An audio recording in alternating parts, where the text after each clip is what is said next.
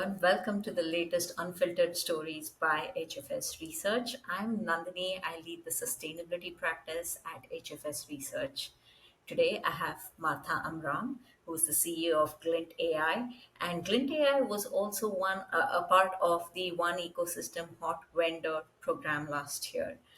Um, this is a little bit of background, but today what we are going to talk about is on the impact of the latest SEC regulation. So, Martha, welcome again, and this is the second time we have you here. It's great to see you again here. Thank you. Great to be here. So, Martha, let's dive in right into the SEC regulation that was passed last week. We have two opinions here. The environmental activists they feel that this is a watered down approach to the regulation, but there are also businesses. But do we really care about these disclosures? That is a really great question. Before you can act, it has to matter. So it matters for two reasons. And my first phrase is follow the money. My second phrase is double sided litigation. So on follow the money, we know from our own customers, Glint is the sustainability data company. We produce financial grade sustainability data in an automated AI driven pipeline. So companies can plug us in.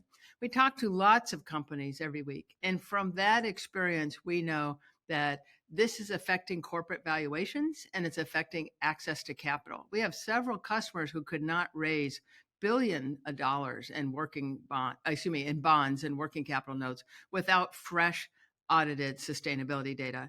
And they come from carbon intense industries and real estate industries. They come from regulated industries like manufacturing. These are areas where it already matters. So access to capital, follow the money. And I would point out that the SEC ruling itself, over 800 pages, but if you dig into it, you will find 40 and 50 footnotes in which they've documented peer-reviewed studies, financial market analyses that show that this data raises valuations. Second phrase, double-sided litigation. So suppose you do not want to do this, you want to punt, and you would join the lawsuits opposing it. But meanwhile, the climate activists coming at you from the other side will sue you for not reporting what they believe is material. And the criteria for materiality is at the 1% level. So they've got a wedge. Now, if you face that lawsuit and you've never quantified your emissions and you never prepared this data, you'll be in scramble mode and your defense will be considerably weaker than if you already prepared it, you already did it, and you showed internally at the board level it is indeed immaterial. So we think that follow the money and double-sided litigation means everybody just has to prepare their data and then take the course of action that you would like. Wow, so this makes sustainability data equally important as a financial data in terms of compliance. And that's exactly what's going on. TechCrunch called the SEC ruling, well, the US has joined other large economies in putting these rules out. We are the laggards. The world is harmonized in how things should be reported. And the trajectory is every year it tightens up to integrated financial and sustainability reporting. These will become one statement in about 4 years. Wow. So how do enterprises really prepare for this? I'm pretty sure there are a lot of moving pieces here currently. Where do they start? Yes, and we do see folks struggling with that very question. Now, if a recent Workiva survey showed 75% of companies understand the importance of this data, but they don't know how to produce it. A recent EY survey showed exactly the same things and would add, and they're working off of spreadsheets. And so that's where we see customers every day. They have done heroic human effort plus spreadsheets. And now that they need to bring this up to financial grade. So when you break the financial grade problem apart, it has 3 or 4 components. You need to know that you captured all of your original data sources, and these are not in a database. You have to go back to originating invoices, IoT sensor feeds, and so on. So the primary data sources have to be complete. You have to have a method and defensibility around that. And then you're sending it out to reporting framework, and you have to show that it's complete and unbiased as you send it. The other pieces of audit readiness feel like Sarbanes-Oxley, so you have to build an entire system that looks like that. That's a pretty daunting job if you're coming off of spreadsheets. And that's where Glynt fits in as sort of the KYC, or you might say payroll data provider. We fit right in the middle of enterprise systems, going from original data sources scattered all throughout the enterprise and around the world into structured report ready data that flows right into enterprise systems so you can use the reporting software of your choice. So this is a service that we do, and we see companies struggling at the data level. And I know I've mentioned this to you, Nandini, but there are some analysts out there, industry analysts, who say literally, don't pick up a call from a software vendor who's telling you how to report. Only take the calls from folks who tell you how to prepare your data, because that's where the trouble really lies. Got it. We did speak about a little bit around scope one and scope two, which falls within your enterprise walls, and that's a mandatory disclosure.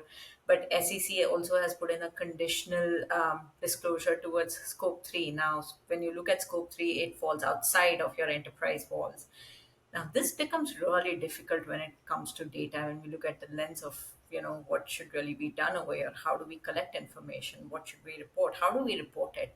What are your thoughts around this mandate on scope three? Yeah. So if you think about two parts of the company, there's one where I am in control of my data and one where I'm using other people's data. And scope three is almost largely an other people's data moment.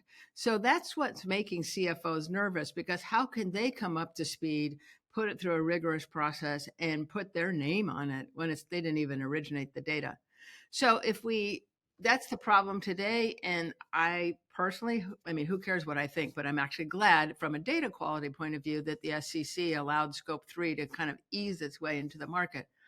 Because if we jump to 2030 and we all future forward, we will see that at that moment, my suppliers are printing what I need to know on a report or actually on the invoice. So it's been audited, it's been validated, and it's as good as money. It's a financial currency and maybe a carbon emissions, other kind of data currency. And that flows up the supply chain. And now I'm relying on other people's data, but I know how good it is. I think the automotive supply chain, Katina X, which is a consortium led by BMW and 14 other auto manufacturers, they have really cracked this in a super great way, which is, what is the number? Like, you're shipping them a door handle. What's the emissions on the door handle? How much of that data that you just sent along with the door handle is estimated and how much is actual? That's called the primary data share. And then for your actual data, they're going to have you take every actual data source and give it a score based on geography. Does it match what you're reporting? Time period. Does it match with your reporting, or is it 5 years old? And so on. Is it the right granularity? So by the time you have these three data points, which you could shift the door handle and say, I sent you 25,000 door handles. And by the way, here's the money. And here's my three extra data points. You're done. And once the CFO sees that and knows it's been through verification or audits, they're much more comfortable. So other people's data is still a problem, but future forward, it won't be. Thus, we need time for these supply chain data sharing mechanisms to come forward. We need also time for every individual company to report their own scope one and two. And then that will feed up to the supply chain as someone else's scope three. So the better I do on my scope one and two with audit and assurance, the better everybody else is. So, on a maturity level, scope three is probably at the lowest right now because there's a lot of work that needs to be done there. And there's even one more part of scope three that is important in Europe, which is known as double materiality. So we've kind of just alluded to the idea that scope three is your supply chain and other sorts of expenses that are really that you can see and tangibly touch. But imagine if you sell a car and you're responsible for reporting the emissions and how it's used. Imagine if you sell an iPhone and you're Apple and you have to report the number of times the iPhone is charged over its lifetime, because that's where the emissions come from, or the internet connectivity and the emissions from that. And so that usage part is also part of scope three in its full form. And in the European Green Deal frameworks, they have asked everybody to report that. It was never considered by the SEC here, but estimating that's an art form, not a science. And so it's really, we talked about other people's data. This would be other people's estimated data and even of a lower data quality.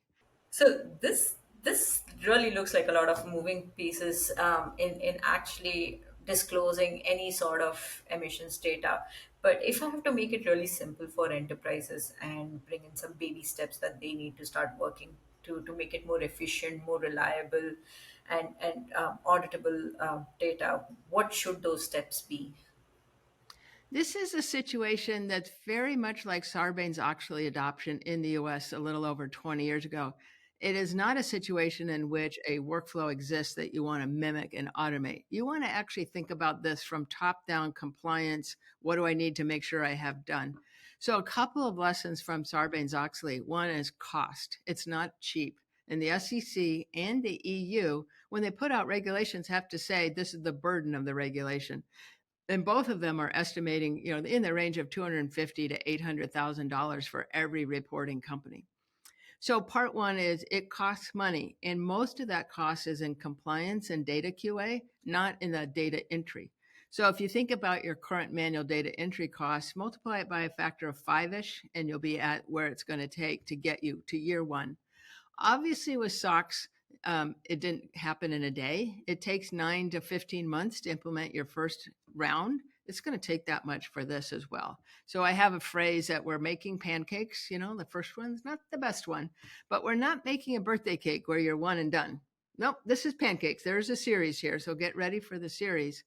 And that's my last message out of the lessons learned from Sarbanes Oxley. Every year, the Sarbanes Oxley regulations got deeper, more burdensome on the company. They had to do more things. Well, guess what? That's already baked into climate regulations. That's already here. We know these regulations are getting deeper. So your expenses will go up, not down. So the rule of thumb from Sarbanes Oxley is 80% of year two costs are in year one. And then you have to do more in year two. And then it goes 15, 20% a year after that. So this is an expensive endeavor. It's not to be just pushed off into let's automate spreadsheets, and it will take time. So I encourage companies to start today so they can burn a pancake before they actually have to deliver the pancake. That's interesting.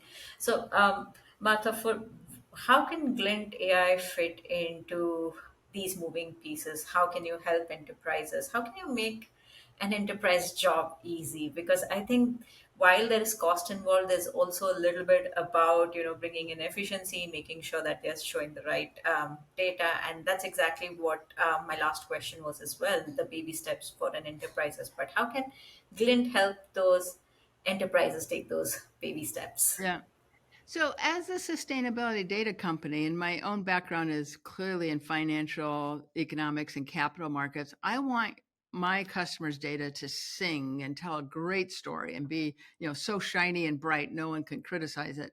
To go from where we are to there means we built an audit ready, Sarbanes Oxley compliant system so our customers don't have to. Now, very few companies actually do all their own payroll calculations. They will contract out to ADP, Gusto, or whomever. And that those parties, the third party, will correct the primary sources, like who's onboarded with employees, who's not, what are the issues, and then report it out to the enterprise systems. That's exactly the role that Glint plays. We become an adjunct to AP processing, to ERP processing. And if you've bought software like some of the market leaders, Watershed, Enablon, FigBytes, we could go on and on. There's a whole bunch of applications out there. None of them help you prepare your data, and certainly none of them make it end-to-end compliant. So Glint fits right in the middle, and we say we got audited so our customers don't have to. And we enable that end-to-end compliance the same way as payroll providers do or know your customer KYC functionality does. This is really helpful. And thank you, Martha. It was lovely catching up with you today. Thank you again for being with us and spending this time with us. Thanks for having me.